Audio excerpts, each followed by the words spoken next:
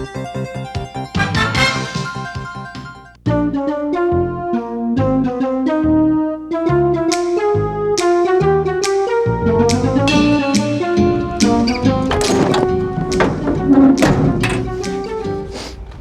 I'm Patch. And I'm Bill. Together, we're the Roof It Brothers. We're here to show you how to protect yourself from falls. Oh, now don't get us wrong. Gravity can be a beautiful thing. There are times when the downward force exerted upon objects on or near the Earth's surface can be very useful indeed. Yeah, like during Monday Night Football when the Earth's gravity kind of just sucks you right down onto that couch. That's a beautiful thing.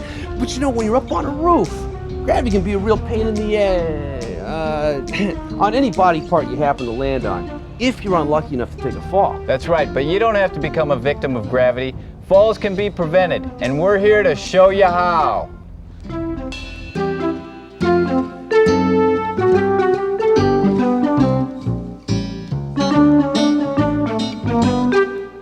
Well, the first step in fall protection is a mental one.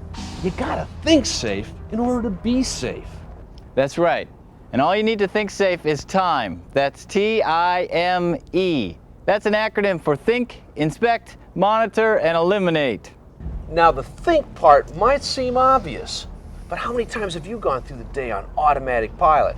Hey, when your mind's not on the job, you open up the door for trouble.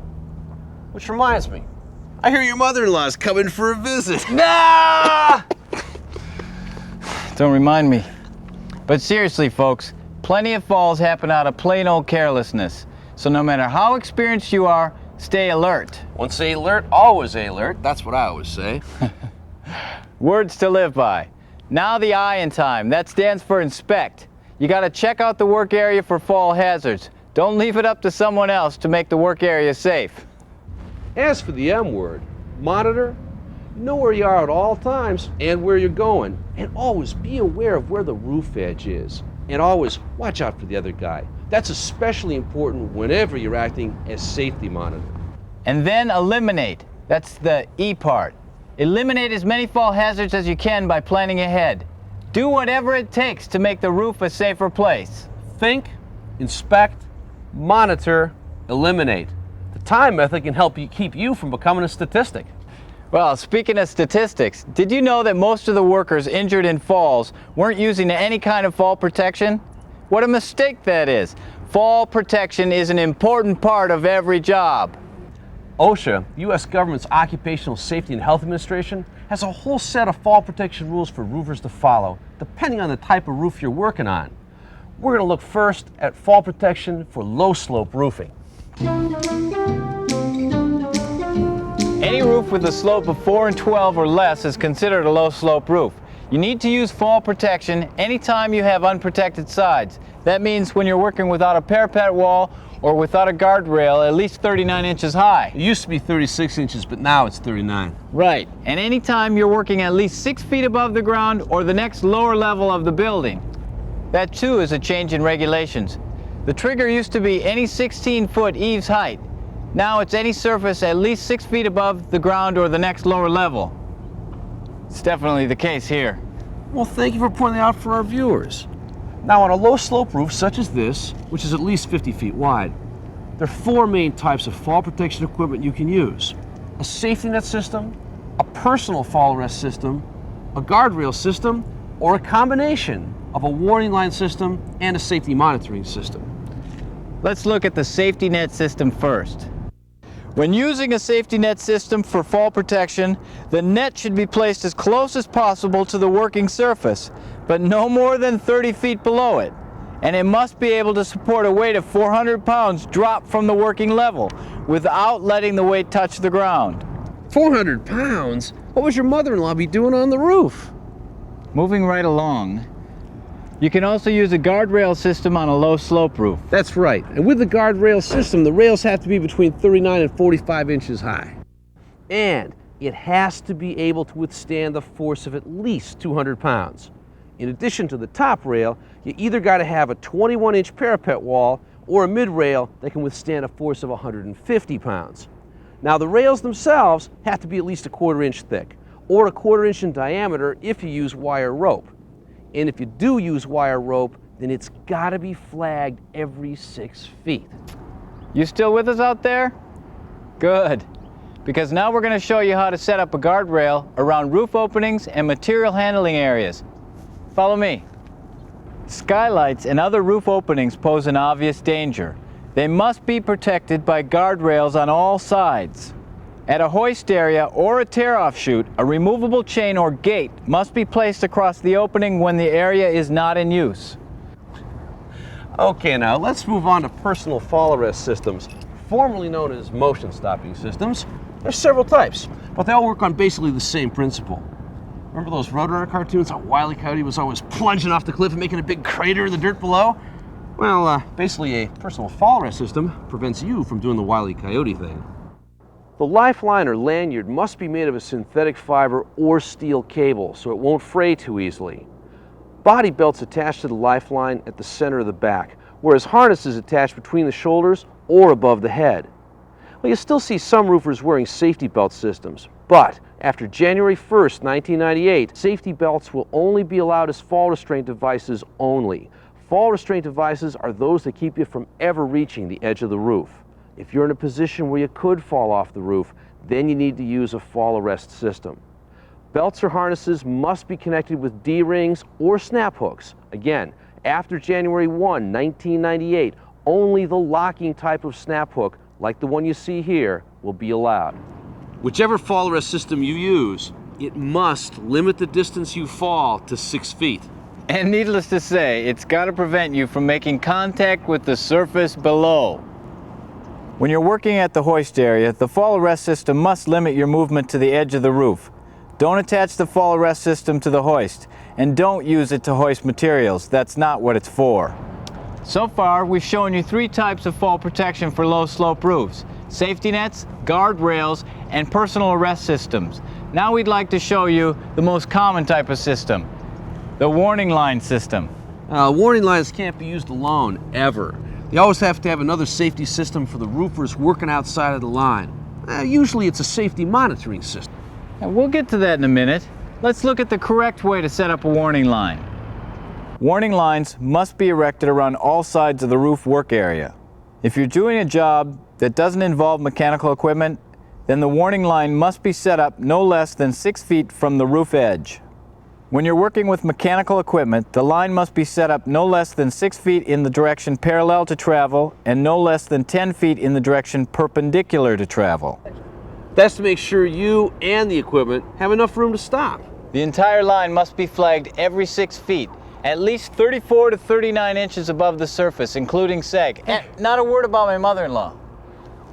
And last but not least, the stanchions must be able to take a good bump without falling down, at least 16 pounds of force. And like we said earlier, anytime you got roofers working outside the line, you gotta have a safety monitor to keep an eye on them. He's gotta be a competent person. That means trained in fall protection safety. And he's gotta stay within sight and verbal communication distance of the roofers at all times. Although the worker who's acting as a safety monitor can help out, he can't have any other distractions or responsibilities that would take his eyes or his mind off the job. That's especially important on a low-slope roof less than 50 feet wide when you're using a safety monitoring system alone. That one guy is all that stands between you and a potential disaster, so he'd better have his mind on that job. And one more thing, no mechanical equipment can be stored in the monitored area. Keep it inside the lines. Hey there! I was just wrapping up our discussion of fall protection for low-slope roofing. And the only thing we haven't covered is holes. That's funny, because holes is something that should always be covered. It's true. Any opening bigger than 2 inches in any dimension needs a cover.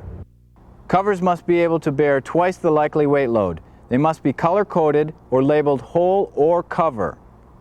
And they're not seats or storage spaces, so don't use them as such. Okay, that concludes our discussion for fall protection on low-slope roofs. Now let's head over to a steep slope and check out fall protection requirements there. Meet you over there.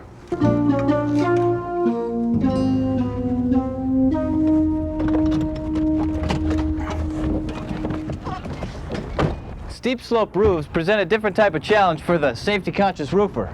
OSHA defines a steep roof as any roof having a slope greater than 4 and 12. Of course, you may encounter some of those old Victorian numbers with the turrets and all. Oh, there you could encounter a slope as great as 24 and 12. Yeah, now that's steep. You bet it is. Now, just like on a low slope roof, the fall protection restrictions are going to apply anytime you got unprotected sides or a working surface 6 feet or more above the next lower surface. And just like with low slope roofing, you got a lot of different fall protection options. The approved systems for a steep slope roof are a safety net system, a guardrail system, or a personal fall arrest system. However, on any residential job, you also have the option of developing and implementing a fall protection plan. If you can demonstrate that it is infeasible or poses a greater hazard to use one of the conventional fall protection systems. The fall protection plan has to be designed by a qualified person for that particular job and has to meet a lot of criteria set forth by the regulations.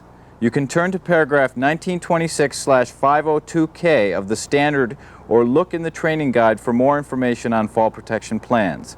In this program, we're going to stick to the conventional fall protection systems for steep roofs. Now, we've already looked at safety net systems back on the low slope roof. The same requirements apply when you use a safety net system on a steep slope roof, but most roofers prefer to use a personal fall arrest system, such as the retractable lifeline type attached to a base system at the peak of the roof. Or they use some type of guardrail system, like on a catch platform such as you see here. When you use a catch platform for fall protection on a steep slope roof, unless you're using it with a personal fall arrest system, you should have guardrails and mid-rails around the open sides, and it must extend at least 2 feet beyond the edge of the roof. OSHA is also allowing contractors to use roofing slide guards on residential type construction projects. Notice I said residential type. Even if the structure isn't an actual residence, if you're using construction materials and installation methods typically used on single-family or townhouse projects, then the slide guards are okay. So if you're putting, say, 3-tab shingles on a fast food restaurant or doctor's office, you can use roofing slide guards. Slide guards are nothing more than a combination of roof brackets and nominal 2x6 planks. If you're using them on residential type roofs with slopes of 6 and 12 or less and eaves heights of 25 feet or less, the roofing slide guards must be installed all along the eaves. You can't install more than 3 rows of roofing material before you put the guards in place. They must be at an angle of approximately 90 degrees, plus or minus 10 degrees, to the roof. Once the slide guards are installed, work can begin and no other fall protection is required. If the slope is greater than 6 and 12, and up to and including 8 and 12, and the eaves height is 25 feet or less, the same eaves guards must be installed. Plus, you've got to install additional slide guards going up the roof at 8-foot intervals where the work is taking place. These roof jacks don't have to be at a 90-degree angle. They can be more level so you can stack material and walk around on them. Once you get above an 8 and 12 slope or 25-foot eaves height, you can't use the slide guard option anymore. You've got to use one of the other steep slope fall protection methods we've talked about. Now, there are a couple of exceptions to this rule. On residential type roof construction with a slope of 4 and 12 or less, or on tile or metal roofs with slopes of 8 and 12 or less, as long as the eaves height is 25 feet or lower, you can use a safety monitoring system alone. If you do use the slide guard option, there are a number of requirements to follow, like training all workers in safety issues, including working on rake edges. When using roofing slide guards, you can't descend or ascend the roof within 6 feet of a rake edge. It's a good idea to paint a line so no one forgets. You also can't store materials within 6 feet of the rake edge except for tile jobs, where the limit is 3 feet.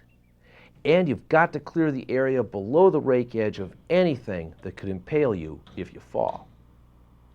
Also, inspecting the roof to clear tripping and other hazards, wearing non-skid footwear and other PPE, and suspending work during bad weather conditions. As for the crawling boards or chicken ladders, they must extend all the way from the ridge to the eaves and be secured with ridge hooks. Boards must be at least 10 inches wide and 1 inch thick, with cleats of 1 inch by 1.5 inches. And a lifeline or something else to use as a handhold must be strung next to each ladder.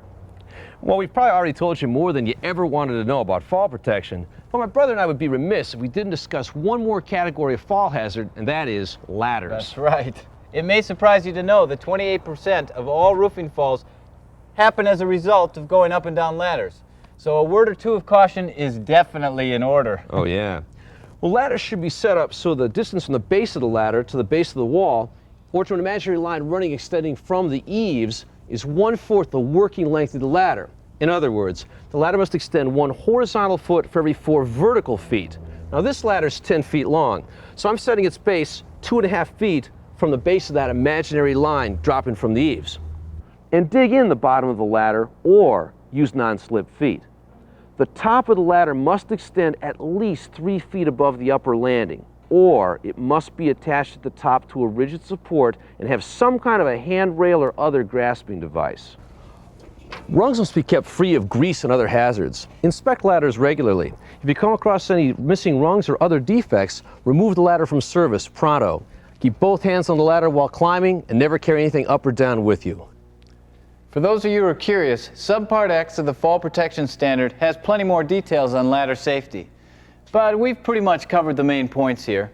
As a matter of fact, we've pretty much covered everything you need to know to prevent yourself from becoming a UFO, as in unfortunate falling object. Well, one thing we haven't talked about yet, though, is how to prevent other objects from falling on you or on anyone else. That's right. Anytime there's a danger of objects falling on you or those below, hard hats are a must for all those working below. But you also need to take precautions to prevent those objects from falling in the first place. Anytime you use roofing brackets to create a platform for stacking materials or to facilitate moving around the roof, make sure the brackets are constructed to fit the pitch of the roof. They must be nailed in place whenever possible, or at least secured with rope supports. Well, one way to prevent materials from falling off the roof is to place toe boards on the upper level where the work is taking place. Toe boards must be at least 3.5 inches high, with no more than 1/4 inch clearance between the board and the roof, and they must be able to withstand a force of 50 pounds. Or, depending on the potential hazard, you can use screens or paneling up to the mid-rail or top rail of a guardrail system. Or you can use a canopy on the lower level Or a barricade. and place materials away from the edge. Some of this might sound obvious to you, but you'd be surprised how many accidents occur because of dumb mistakes that could have been prevented. Take housekeeping, for example. If you'll take a few minutes while you're working to remove scrap and put away your tools, you can reduce the chance of someone tripping over them and breaking their neck. Because after all, you don't have to fall off something to get hurt. Tripping and slipping put plenty of guys out of commission with back injuries, broken bones, sprains, you name it. So take a few minutes and keep the work area safe. During our little discussion here today, we've pointed out a few changes in OSHA's fall protection regulation. Well, now here's another. Now your employer has to certify that you've been properly trained in fall protection. The manual that comes with this program will help you meet that requirement. Here's hoping the only fall you have comes between summer and winter. Patch and Bill, the Roofit Brothers, so long.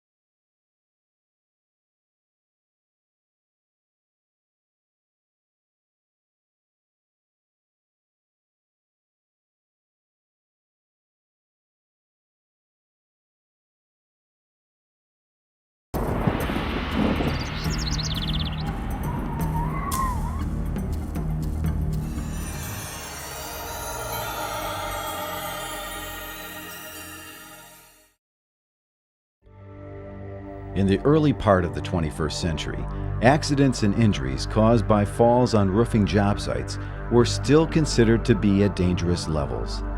Determined to counter this alarming trend, the government created Fall Protection Investigations, an elite unit of safety experts. Their assignment? To travel the length and breadth of the nation to show roofing contractors and their employees the critical steps needed to prevent falls. The following stories are from the files of the FPI.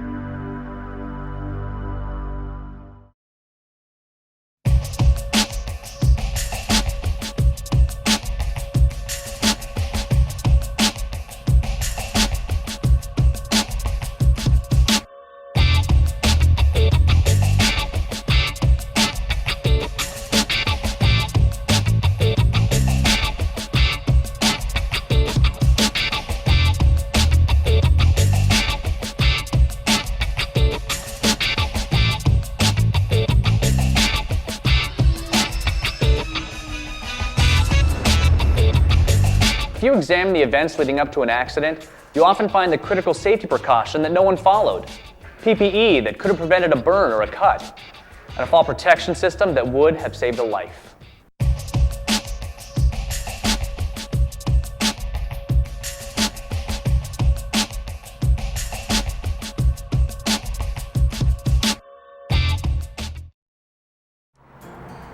This is the job site.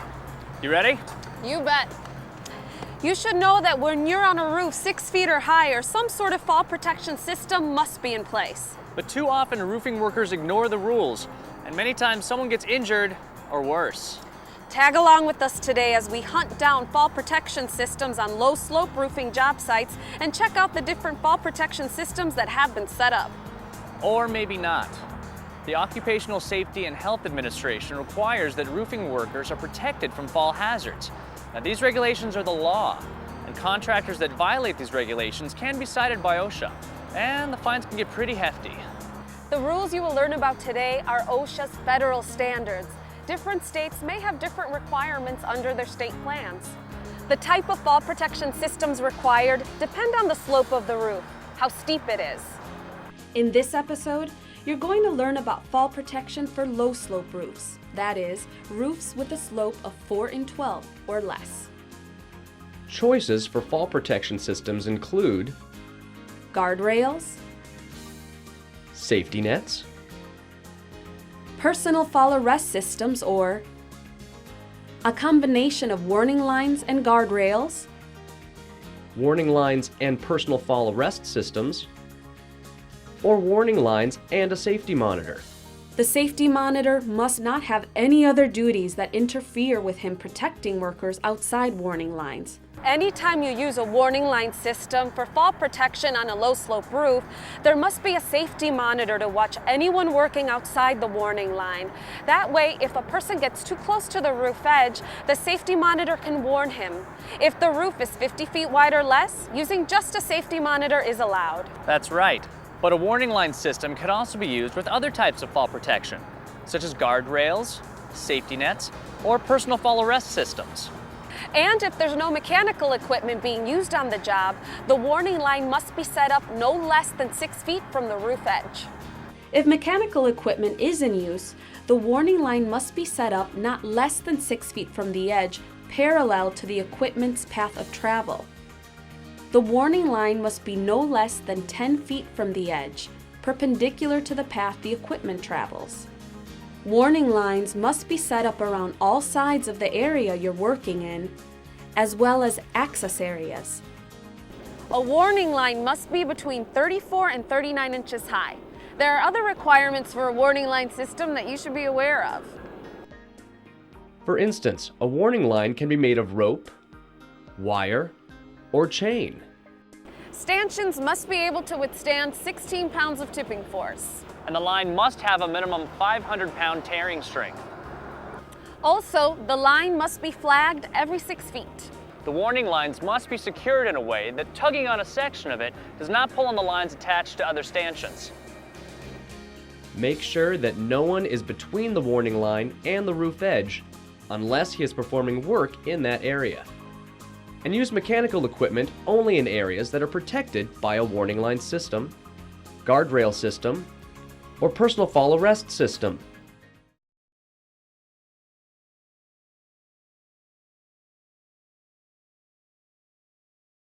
what height above the ground or a lower level can someone work without requiring a fall protection system? What must always be in place when anyone is working outside a warning line? Can a safety monitor do any roofing work while on duty?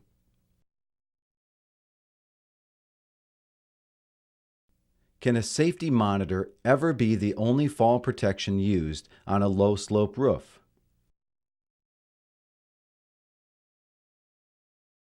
What is the required height of warning lines?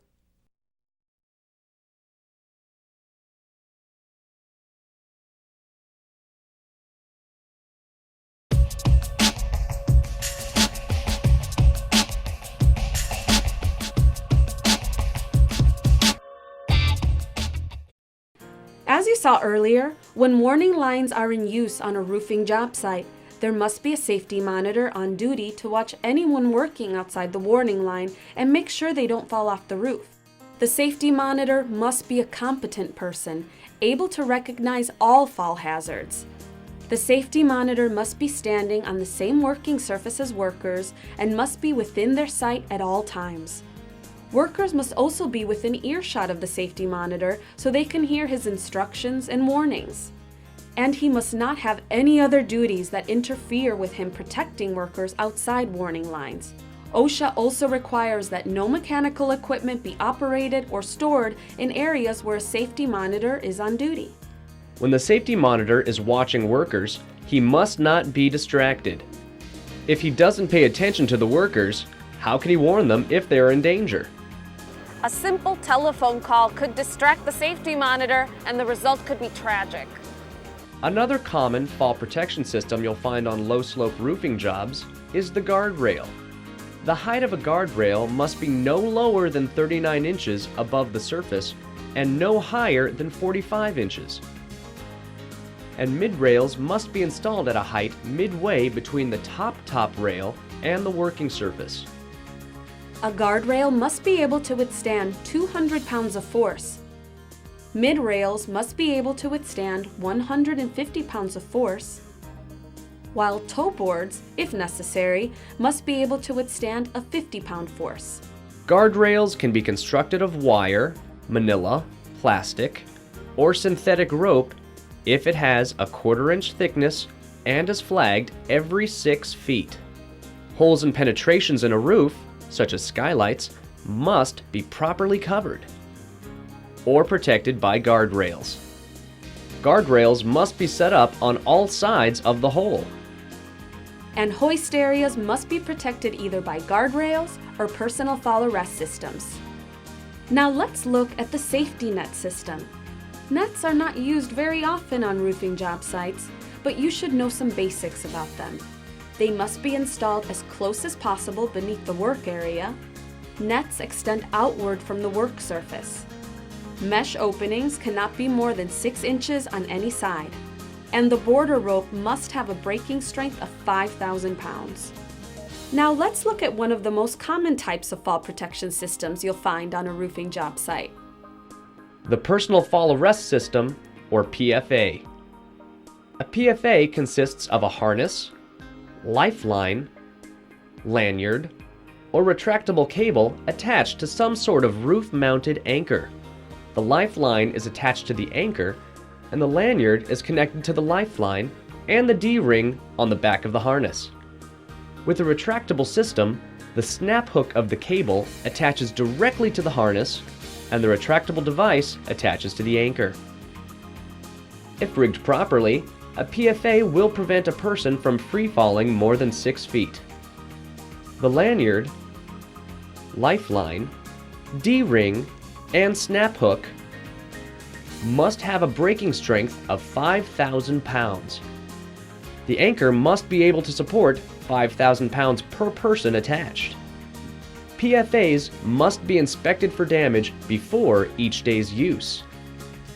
If a PFA gets used to stop a fall, it must be removed from service and inspected for damage by a competent person before it's used again. Let's quickly review what you've learned. you became familiar with the different types of fall protection systems for working on low-slope roofs, and how different fall protection systems are combined to prevent accidents.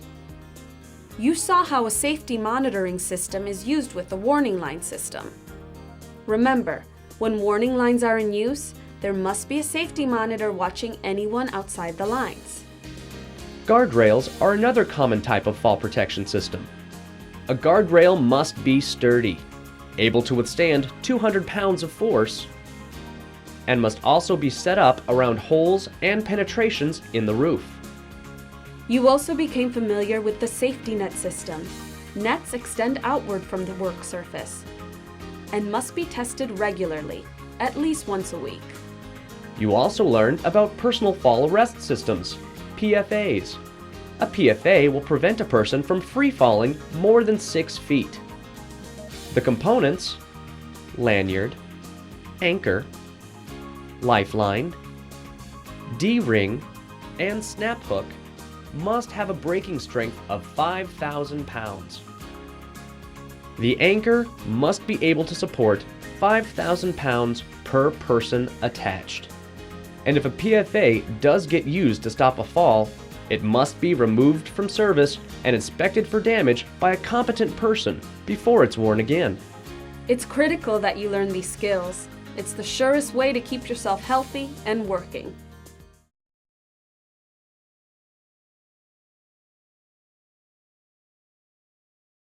Must guardrails be made of metal or wood? If a personal fall arrest system is rigged properly, what is the maximum distance that a person could free fall? How much weight must each roof anchor support? What must be done to a personal fall arrest system that has been used to stop a fall? What must be done to protect workers when there is a hole in the roof?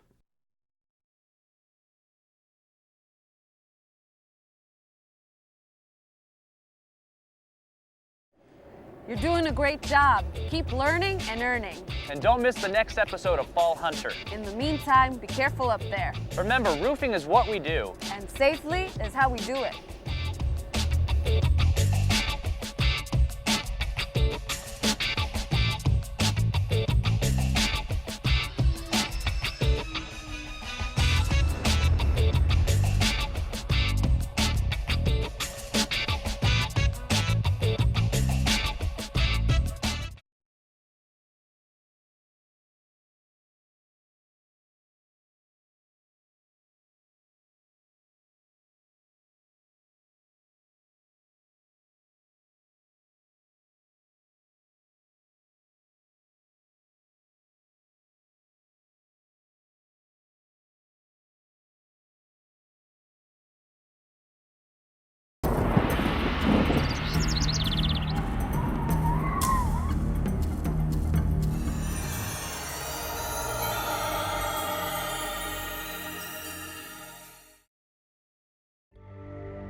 In the early part of the 21st century, accidents and injuries caused by falls on roofing job sites were still considered to be at dangerous levels. Determined to counter this alarming trend, the government created Fall Protection Investigations, an elite unit of safety experts. Their assignment? To travel the length and breadth of the nation to show roofing contractors and their employees the critical steps needed to prevent falls. The following stories are from the files of the FPI.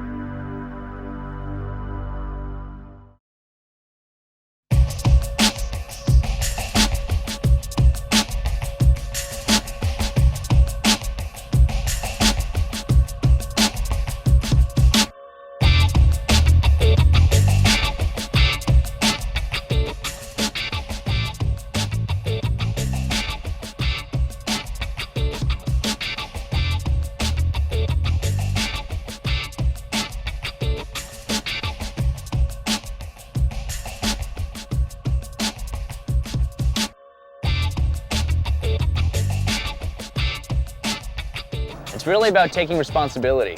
The fact is, OSHA requires roofing contractors to provide proper safety training to any of their employees who will be exposed to fall hazards. Workers have to know how to look after themselves and each other when they're on the job. The FPI was created to show roofing contractors and their employees the steps they need to take to prevent falls. There are many different fall hazards in roofing work, and it's not always easy to recognize it. But when fall protection systems are required, it's up to contractors and their employees to protect themselves. There's no getting around it.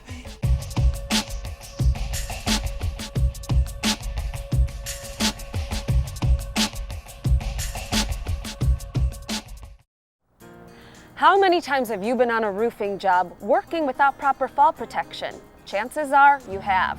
Maybe more times than you'd like to admit. Perhaps you felt like you just didn't need it. Maybe you thought an accident couldn't happen to you. The trouble is, a fall can happen to anyone at any time.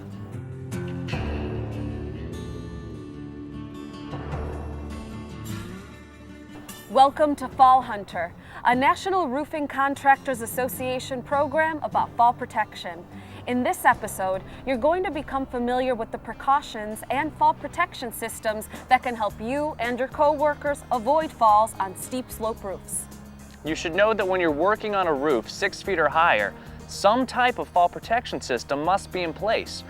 Most often, you'll find personal fall arrest systems, sometimes guardrails. Safety nets are not common in steep slope roofing. And OSHA's steep slope fall protection regulations are for roofs that have a slope greater than 4 and 12 with unprotected sides. But OSHA also has steep slope fall protection guidelines that permit slide guards for residential roofs that have a slope of 8 and 12 or less and an eave height of 25 feet or less. To better protect yourself and others, you need to know the different types of fall protection systems that are used on steep slope roofing jobs. Slide guards, for example, are a popular type of fall protection system in the roofing industry. In 1995, OSHA gave roofing contractors the option of using slide guards on some steep slope residential type jobs. OSHA defines residential construction as a job where the materials and procedures are basically the same as those used in building a typical single-family house. A slide guard is a combination of a roofing bracket and a 2x6 or wider plank. On a residential roof where the slope is 6 and 12 or less and the eave is 25 feet in height or less, roofing slide guards must be installed continuously along the eaves. But if the roof slope is greater than 8 and 12, slide guards are not permitted. If the roof slope is 4 and 12 or less, slide guards or a safety monitoring system alone can be used as fall protection. On a metal or tile roof with a slope of 8 and 12 or less and an eave height of 25 feet or less, the safety monitoring system alone can be used as well. There's something you need to know about slide guards. They must be installed continuously at the eave and placed at a 90-degree angle to the roof, plus or minus 10 degrees. On roof slopes that are over 6 and 12, up to and including 8 and 12, slide guards must be installed every 8 feet or less up the roof where work is in progress. Those slide guards, however, do not need to be installed at a 90-degree angle to the roof. Here's another important consideration. Some states don't allow slide guards to be used at all. Make sure you check the OSHA regulations for the state you live in. Now let's take a look at the slide guard itself. It must be made of at least 2x6 nominal stock. And when you plan to use slide guards, no more than 3 rows of shingles can be installed at the eave before the slide guards are secured. And no material can be stored within 6 feet of the rake edge of the roof.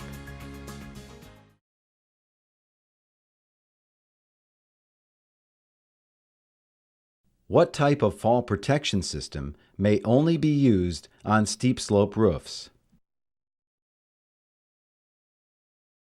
On what kind of buildings does OSHA allow slide guards as the only means of fall protection? How does OSHA define the term residential construction? What other names are used for slide guards? What is the minimum allowable size for a slide guard?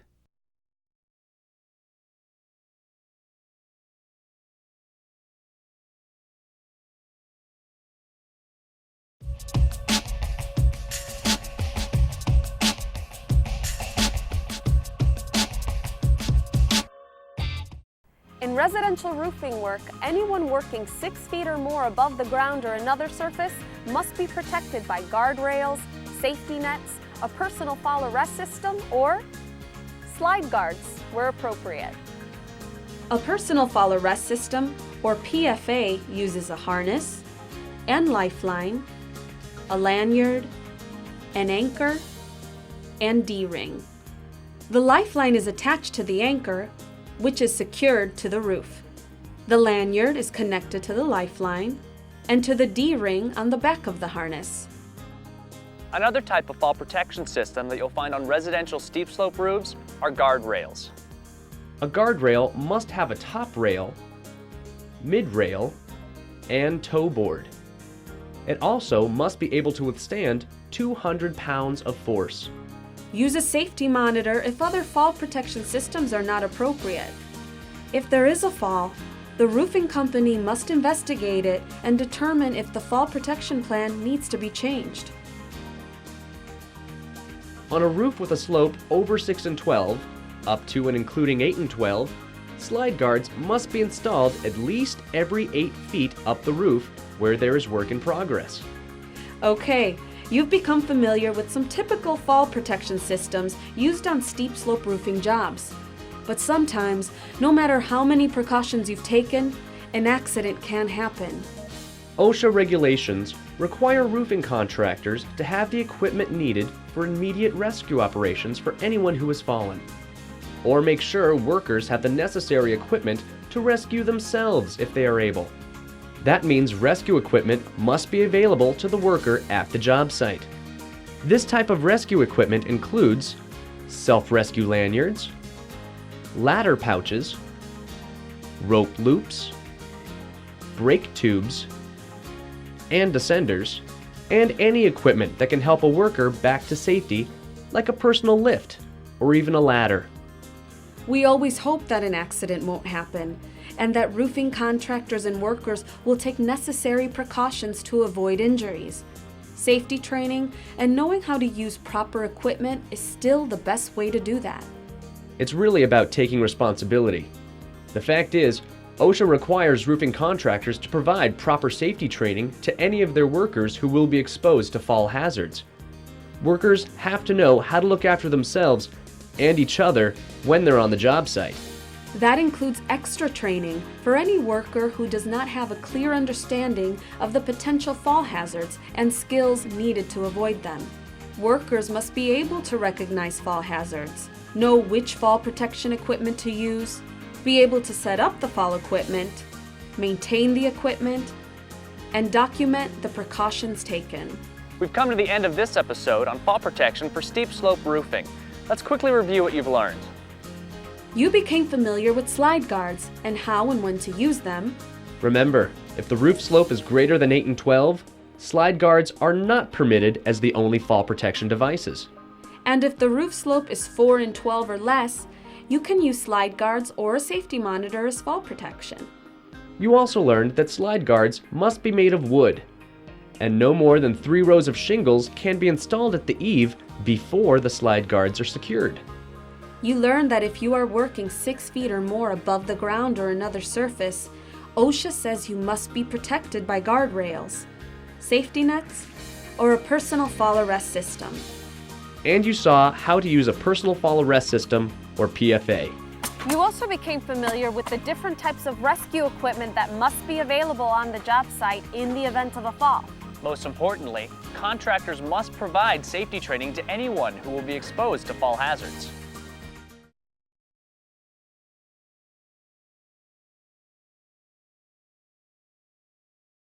What is the steepest slope where you can use slide guards as the only fall protection system? Where must you install the slide guards on a residential roof where the slope is 6 and 12 or less, and the ground to eave height is 25 feet or less.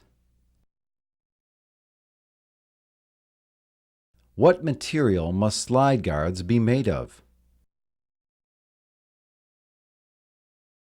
Where can a safety monitoring system be used without any other form of fall protection in steep slope roofing? If a roof slope is 6 in 12 or more, what is the required vertical distance between slide guards?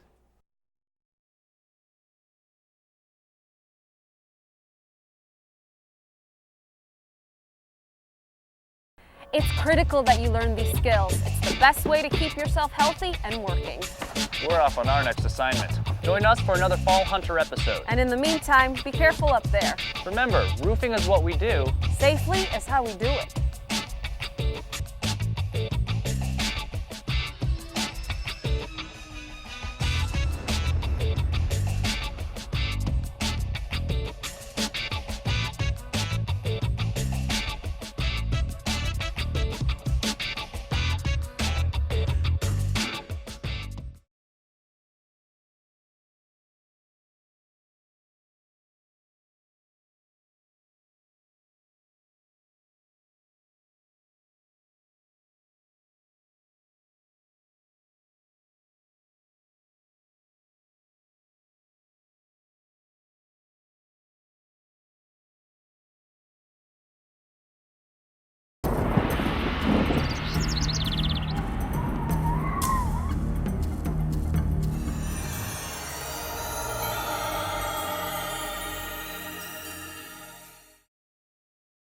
Roofing can be dangerous.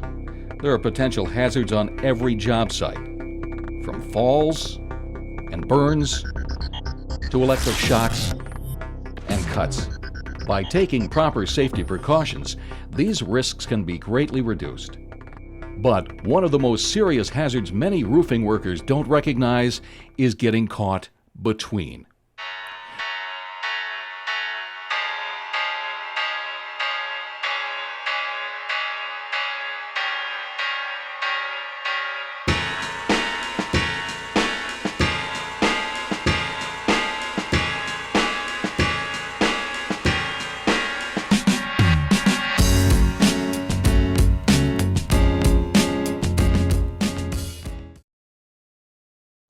Welcome to Traps and Snares, a National Roofing Contractors Association safety program that will help you learn to spot caught in and caught between hazards that can occur on the roof, in the middle, on the ground, and even below.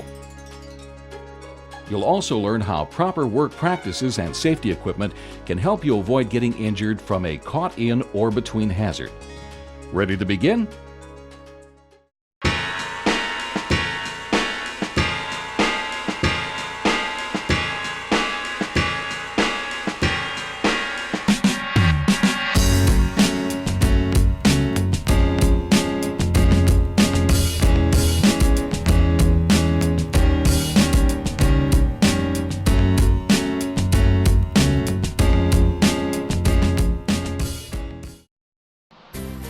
A roofing job site can be a busy place with lots of workers, equipment and tools, and plenty of caught in or between hazards.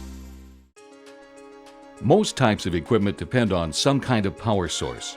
Electricity, hydraulics, gas, or air provides that power.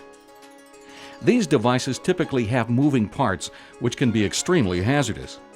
All it takes is one mistake and you could find your hands, arms, feet, or legs caught and badly injured. Look at this roof cutter. Notice the moving parts? Without a guard, your fingers, hands, arms, or legs could get caught by the blade. Power tools like a gravel sweeper and a conveyor can also be hazardous. The moving parts can trap limbs or clothing and cause terrible injuries. There are all kinds of traps and snares on a job site. Many of them so easy to miss, you might not even know they're dangerous. For example, you could get trapped between a wall or curb and equipment. During torching operations, Where open flames and propane tanks are present, you have to be extra careful. If tanks are too close to the flames, they will explode. And you don't want to get trapped in the middle of a fire. Make sure you keep an open flame away from propane tanks, at least 10 feet away. And there must be a minimum 10B rated fire extinguisher within 50 feet. Tools and equipment powered by electricity, hydraulics, gas, or air typically have moving parts like blades and belts that, if unguarded, can catch your hands or feet. Always make sure the tools and equipment you operate have proper safety guards. There are some important precautions to take when you inspect or repair equipment. Make sure it is fully supported so it can't fall on you. Disconnect tools and equipment from power sources. That will bring them to a zero energy state. A zero energy state means that energy powering the equipment such as electricity, air, or hydraulics has been released. That will prevent an unexpected startup. Traps and snares are everywhere. Even something that looks harmless, like an access hatch, could be dangerous. If the hatch is not secured, you could get your hand caught in the hatch or between the hatch and the ladder. Always secure the hatch. When materials are being moved by a crane, you must be careful to avoid getting your fingers and hands trapped between a sling and the loaded supports. And once materials are loaded onto a roof, they must be properly stored. You don't want them to shift or roll and crush your feet. Avoid traps and snares by keeping alert. Be aware of what's going on around you at all times. Another way to protect yourself is to always wear appropriate personal protective equipment, PPE. For example, when there are hazards overhead, wear a hard hat. Proper eye protection is critical. If you're around hot asphalt, wear a long-sleeve shirt and long pants without cuffs. And wear sturdy work boots. The last thing you want is to have a heavy object crush your feet.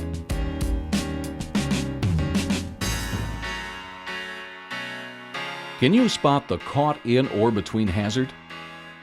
Look closely. There's something important missing. Let's see what happens. Notice the roof cutter doesn't have a safety guard over the rotating blade.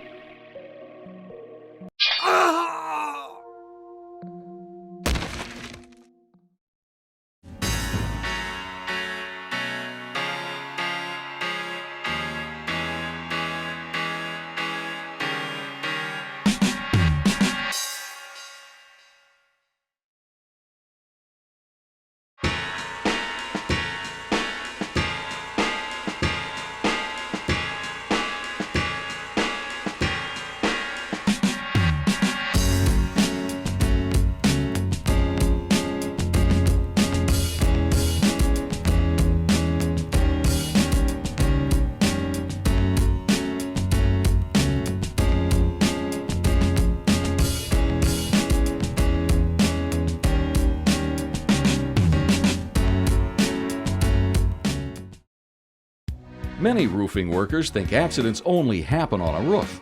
After all, that's where most of the work happens. But there are many caught in or between hazards that can occur in the middle, between the roof and the ground. In Part 2 of this program, you're going to learn some valuable tips to help you avoid getting trapped and snared by the menace in the middle. Look at this scaffold. It seems pretty safe, right? Wrong. It's too far away from the wall and there is no guardrail. A worker could slip and get trapped between the scaffold and the wall. If there is more than 14 inches between a scaffold and wall, the Occupational Safety and Health Administration requires a top rail and mid rail on the inside of the scaffold, or the worker must use a personal fall arrest system, or PFA. You have to be careful around lift equipment such as moving platforms and cherry pickers. If you're inside a basket, you must be careful not to get your hands or arms caught between the side of a building or roof edge and the basket. You must also wear a personal fall arrest system, or PFA, that is secured to the inside of the basket. If you fall out, The PFA will prevent you from free falling more than 6 feet. Also, clear communication between lift operators and other workers is critical. They must be able to warn each other of hazards one of them might not see.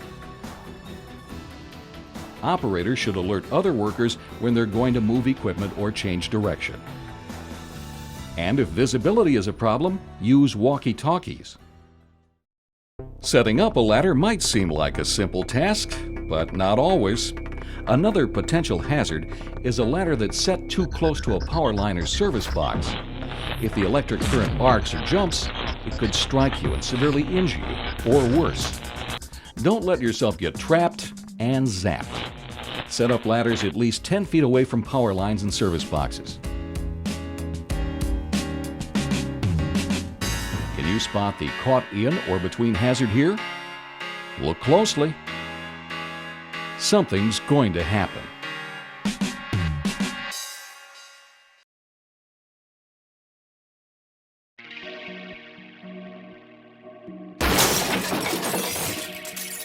See the hazard? The space between the scaffold platform and wall is too big, and the scaffold doesn't have a top rail or mid-rail. If the space between a scaffold platform and the side of a building measures more than 14 inches, the scaffold must have a top rail and mid-rail on the inside facing the wall. If not, a worker could fall and get caught in between the scaffold and wall.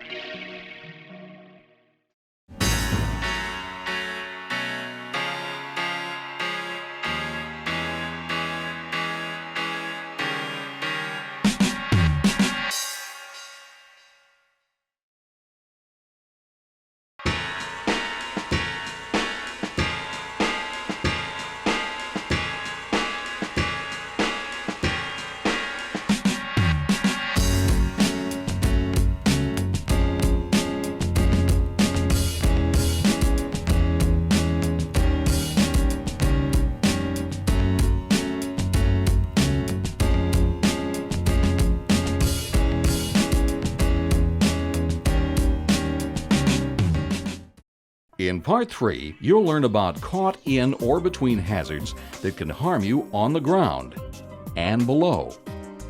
Let's start with machines and equipment such as cranes, conveyors, and hoists.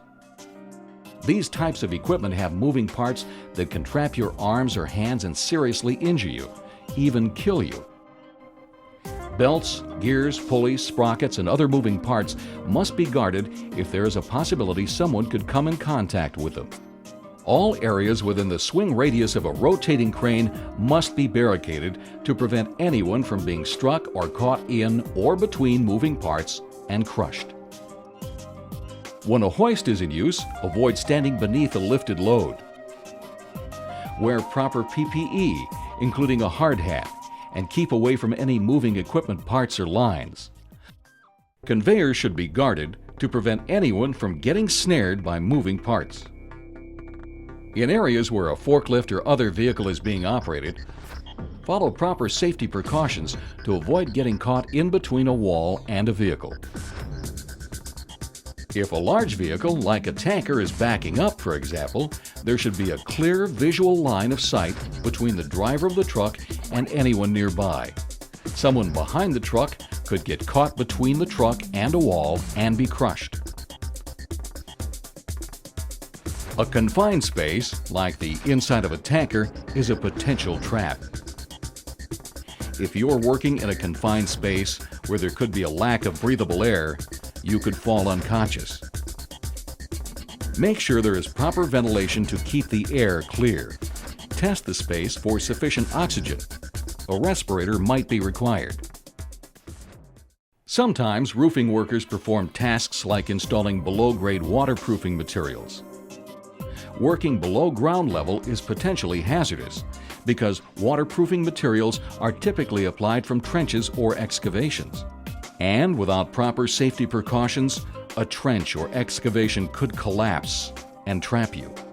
On a below-grade waterproofing job site, there must be a site-specific safety plan that reveals all potential hazards and the steps required to minimize those hazards. and a competent person must be on site at all times to ensure hazards are minimized. Before work begins, utility installations like water lines, electrical cables, sewers, telephone lines, and fuel lines must be located. Typically, utility companies provide the locations of their underground installations.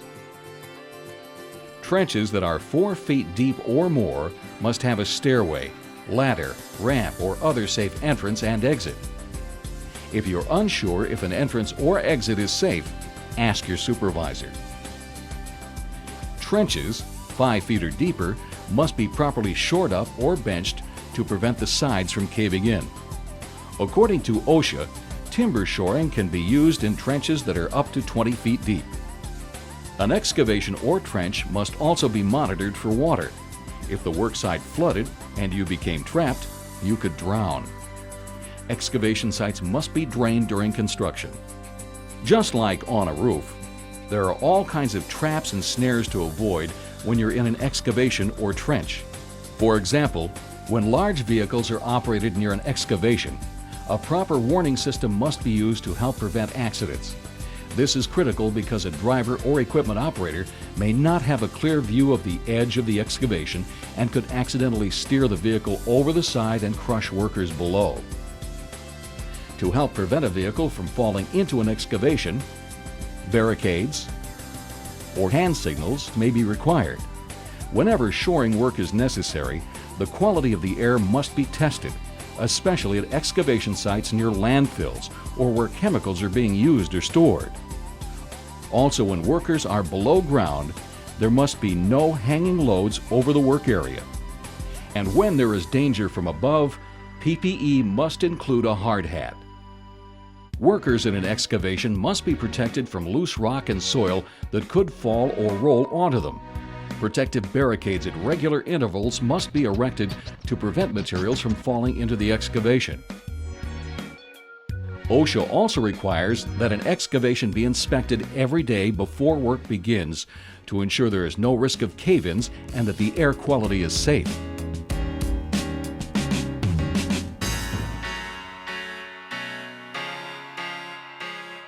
Can you identify the caught in or between hazard?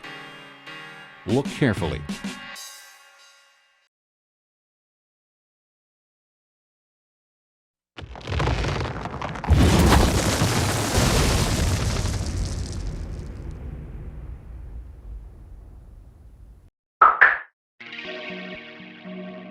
See the problem? Trenches 5 feet or deeper must be properly shored up or benched so that the sides will not cave in.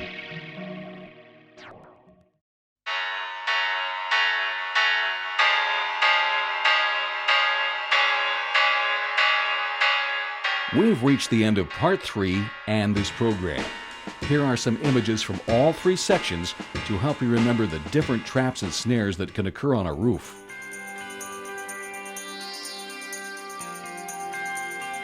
In the middle between the roof and the ground,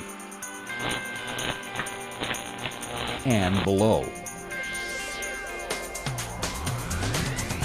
You know the risks you face each day on the job and the precautions you need to take to avoid accidents and injuries. You are responsible not only for your safety, but for the well-being of your fellow workers. For more information about other roofing industry education programs, contact the National Roofing Contractors Association.